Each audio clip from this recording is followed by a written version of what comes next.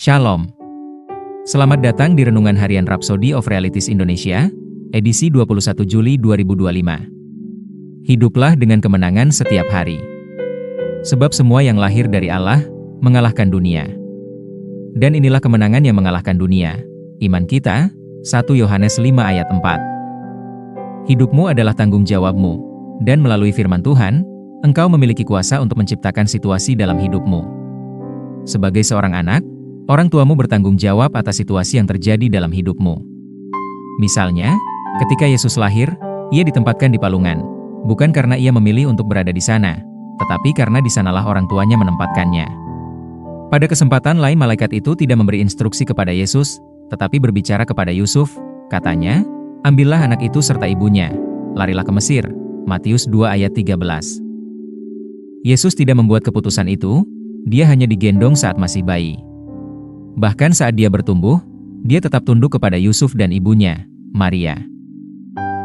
Namun, ketika ia sudah cukup umur, ia mulai membuat keputusannya sendiri, seperti Musa yang ketika sudah cukup umur, menolak disebut anak Fir'aun, Ibrani 11 ayat 24. Dengan cara yang sama, engkau harus sampai pada titik di mana engkau memutuskan dan menentukan keadaan hidupmu.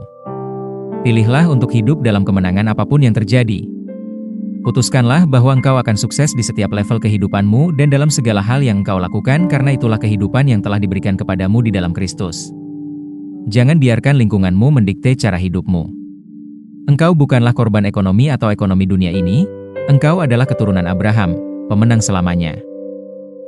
2 Korintus 2 ayat 14 berkata, "Tetapi syukur bagi Allah, yang dalam Kristus selalu membawa kami di jalan kemenangannya.